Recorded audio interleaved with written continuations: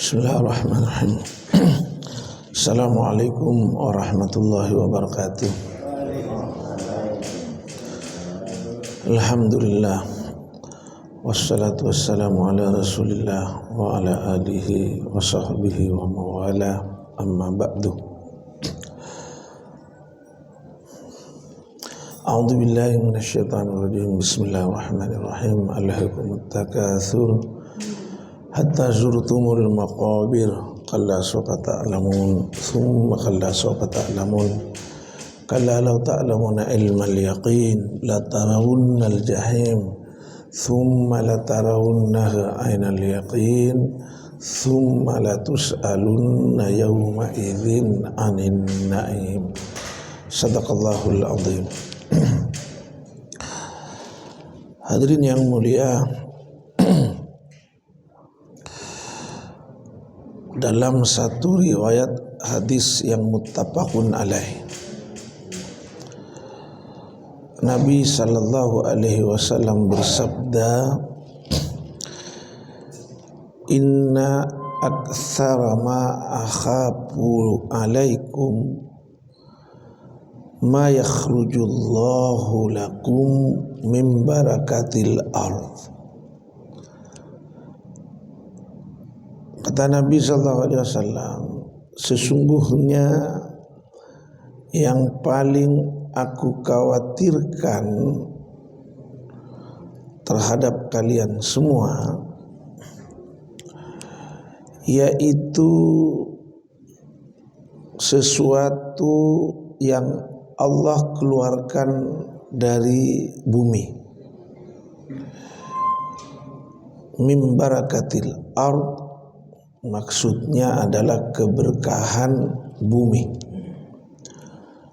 Di sesuatu yang paling aku khawatirkan adalah keberkahan yang Allah subhanahu wa ta'ala keluarkan dari bumi.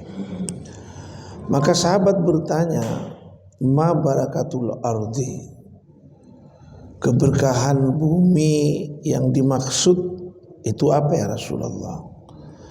Qala sallallahu alaihi wasallam, Nabi menjawab, zahratud dunya, bunga dunia. Ini hadis muttafaqun alaih. Hadirin, kalau kita coba lebih jelas, yang dimaksud Nabi ini apa? Kalau Nabi katakan zahratud dunia, bunga dunia, ini bahasa balaghah tentunya atau isti'arah, artinya bukan yang dimaksud zahra bunga itu bunga, tapi yang dimaksud di sini adalah keindahan dunia, atau lebih tepatnya kemewahan dunia. Karena kalau bunga identik dengan indah, tapi kalau berkaitan dengan dunia, tentu yang dimaksud di sini adalah kemewahan dunia. Baik. Atau lebih tergambar juga ada dalam riwayat, tapi ini hadis saya dapatkan juga dalam kitab Duratun Nasihin, dalam kitab Ihya, tapi bukan hadis sahih. Satu ketika ja'a rajul ilan Nabi SAW, datang seorang laki-laki dari SAW, min ardin, dari satu negeri lah begitu. Kemudian dia cerita kepada Nabi bahwa kampungnya itu penuh dengan keberkahan. Maksudnya tanamannya subur, tanahnya subur. Dia katakan berkah, tanahnya subur, wa kathratin ni'am, dan banyak macam-macam kenikmatan. Kemudian Nabi bertanya terus, mata fa'alun, apa yang kamu perbuat dengan semua itu? Maka dia menjawab, natakhidu min alwanit ta'am, saya jadikan berbagai macam makanan. Dia katakan begitu. Terus tasiru ila madza, yang kalian makan itu jadi apa? Dan dia katakan, ila ma ta'lam, sebagaimana jadi sesuatu yang kau tahu ya Rasulullah. Disebutkan di situ yaitu aiba gaitan au baulan wa baulan, yakni ya, maksudnya jadi tai dan kencing lah itu. Maka Nabi kemudian katakan hadza mislud dunya, atau inilah perumpamaan dunia. Perumpamaan dunia itu seperti itu. Baik. Hadirin yang mulia, sebagaimana juga ayat yang dibaca tadi kan, tsumalatus aluna yauma idzin anin naim, bahwa kemudian kalian semua nanti akan ditanya dari berbagai kenikmatan di hari kiamat, yauma idzin pada hari kiamat. Ini ada riwayat bahwa satu ketika diriwayatkan dalam satu hadis Sayyidina Abu Bakar, Sayyidina Umar dan lainnya, ini lagi dia ceritakan fat'amna minan naim, kami lagi makan kemudian minum air yang dingin gitu kan. Datang Nabi, kemudian Nabi katakan hadzal ladzi tus'aluna minan naim, inilah nanti yang akan ditanya, kenikmatan-kenikmatan yang akan ditanya pada hari kiamat. Ini kata Nabi begitu. Dan makanya tidak heran juga kalau ada riwayat hadis Nabi katakan halaluha hisab wa haramuha azab. Halalnya itu nanti akan dihisab. Hisabnya merepotkan kita. Yang tidak merepotkan itu kan kalau tidak dihisab. Karena penghisaban itu butuh waktu. Ya, kalau ada nanti di akhirat kan namanya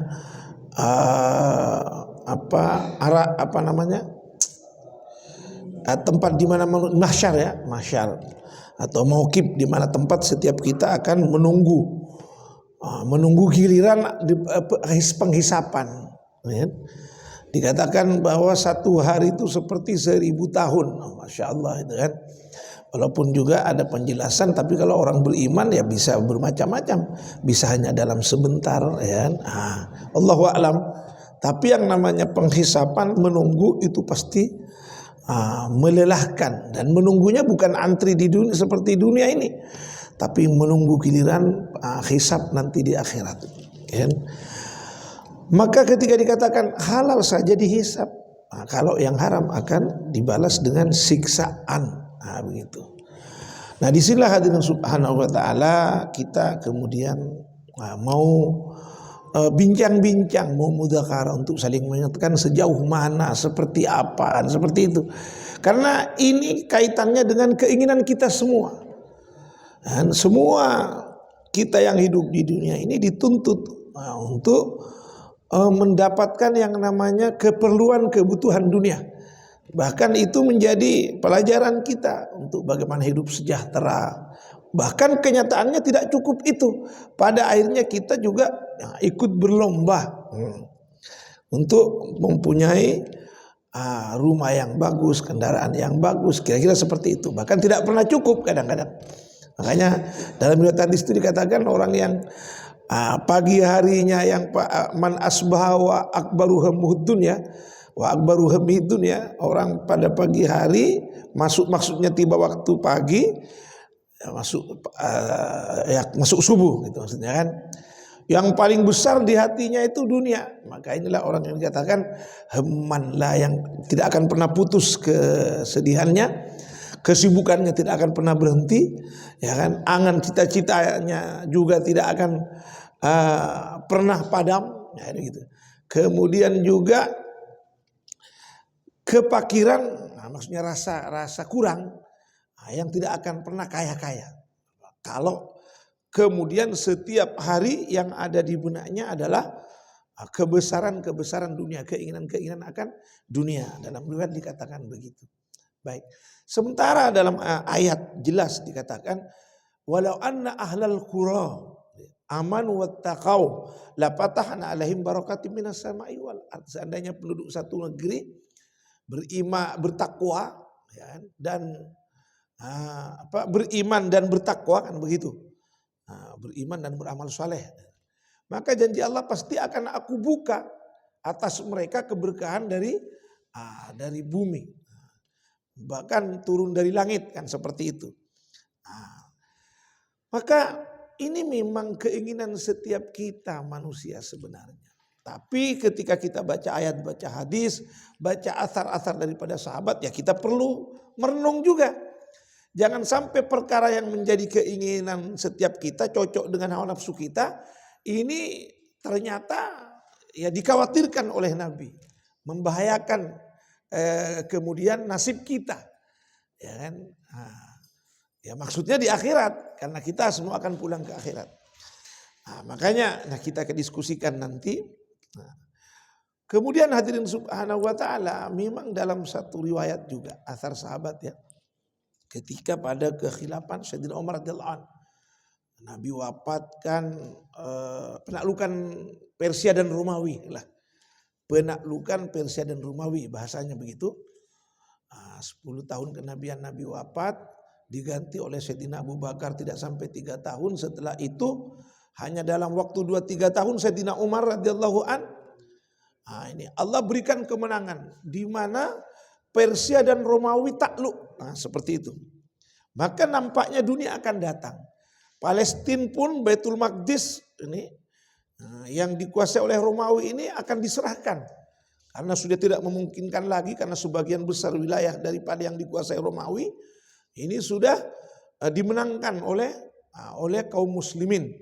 Begitu pula berita tentang Persia sudah lebih dahulu dikalahkan. Maka pastur atau pendeta, penguasa lah, kan pastur ini kedudukannya tinggi ya, yang menguasai Baitul Maqdis ini ingin menyerahkan juga. Tapi asal Sayyidina Umar adalah yang datang, pimpinannya. Kalau kita yang menyerang dalam perang Yarmuk atau yang menyerang Romawi itu kan pimpinan daripada sahabat Ubaidah bin Jarrah radhiyallahu an. Kalau ke Persia itu adalah Sa'ad bin Abi Waqqas ya. Kalau yang di Romawi ini Ubaidah bin Jarrah termasuk Khalid bin Walid. Cerita daripada sahabat Khalid yang digantikan karena dilulukan. Ya, takut kemudian terjadi kesyirikan kepada sebagian sahabat, maka digantikan pada saat perang ini, Pak. Nah, yang saya mau ceritakan kesannya di sini adalah ketika Sayyidina Umar datang. Dia dengan kendaraannya, unta, ya. Kemudian kadang dia di atas, kadang dia gantian dengan khadimnya.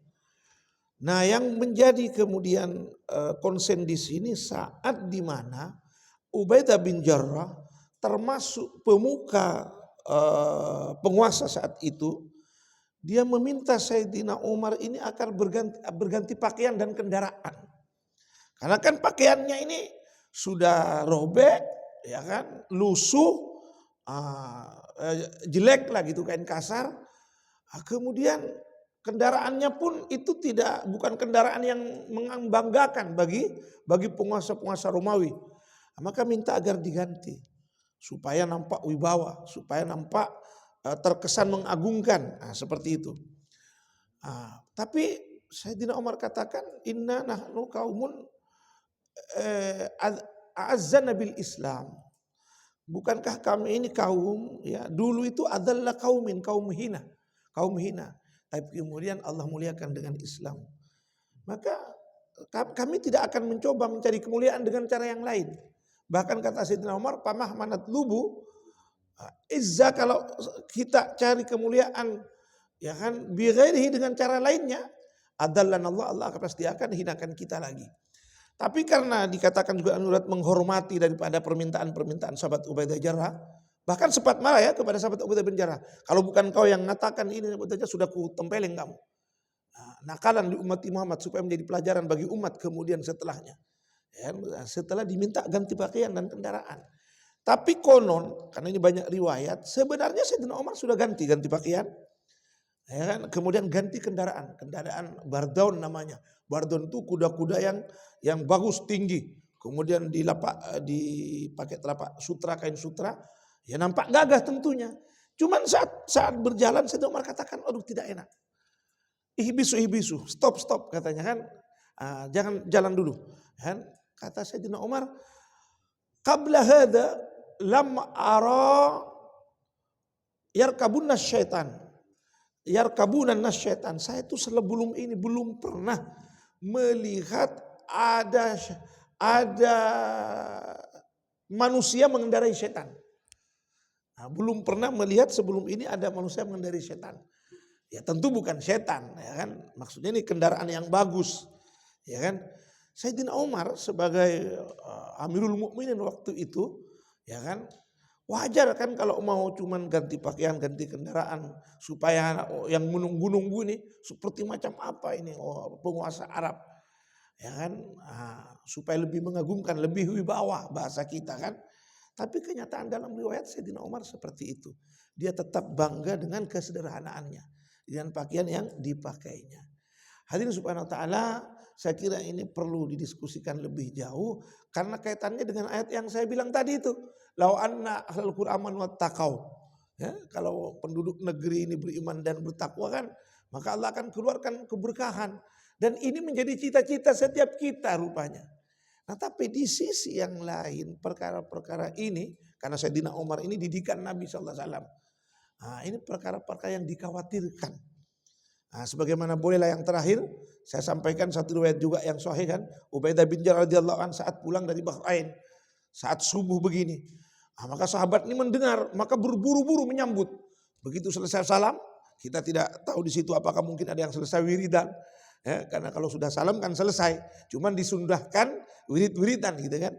Ini berhamburan semua. Maka tapi Nabi tidak juga marah, tidak melarang. Dia katakan lebih itu patabas sama. Nabi itu patabas sama senyum. Cuman kan penasaran juga orang-orang karena Nabi diam aja tidak beranjak. Ya, maka bertanya kepada Nabi, ada apa ya Rasulullah? Kata Nabi, apakah engkau tidak dengar ya Rasulullah? Oh enggak, saya tahu. Ya kan, saya dengar memang Abu Ubaidah bin Jarrah ini datang. Ya, membawa banyak ghanimah ini Pak, banyak istilahnya harta yang dibagi-bagi nanti kan. Kata Nabi, amilu wa basyiru, kamu boleh mendapatkannya, bergembira. Basyiru ala ma yusirrukum, dengan apa yang kamu dengannya bisa bergembira. Cuman wallahi kata Nabi, wallah lam akhsa alaikumul faqra, bukan yang aku takuti kepada kalian, yang aku khawatirkan kepada kalian itu kepakiran, pakir lah Pak. Gambaran pakir ini kan tidak memiliki apa-apa. Tapi inna ma'akhsha alaikum, yang aku khawatirkan kepada kalian, idza busitat alaikumud dunya. Kalau dunia dibentangkan kepada kalian sebagaimana dunia telah dibentangkan kepada orang-orang sebelum kalian, fatanafasuha, kalian kemudian takut khawatir saya itu berlomba, berebut sebagaimana berebutnya orang-orang sebelum kalian. Fa'ahlakatkum kama ahlakatkum. Kemudian dunia akhirnya mencelakakan kalian sebagaimana dunia telah mencelakakan orang-orang sebelum kalian. Saya kira ini yang bisa dapat saya sampaikan dan kita kemudian bisa mendiskusikannya insyaallah lebih jauh sehingga kita mendapatkan manfaat yang lebih daripada itu semua. Terima kasih.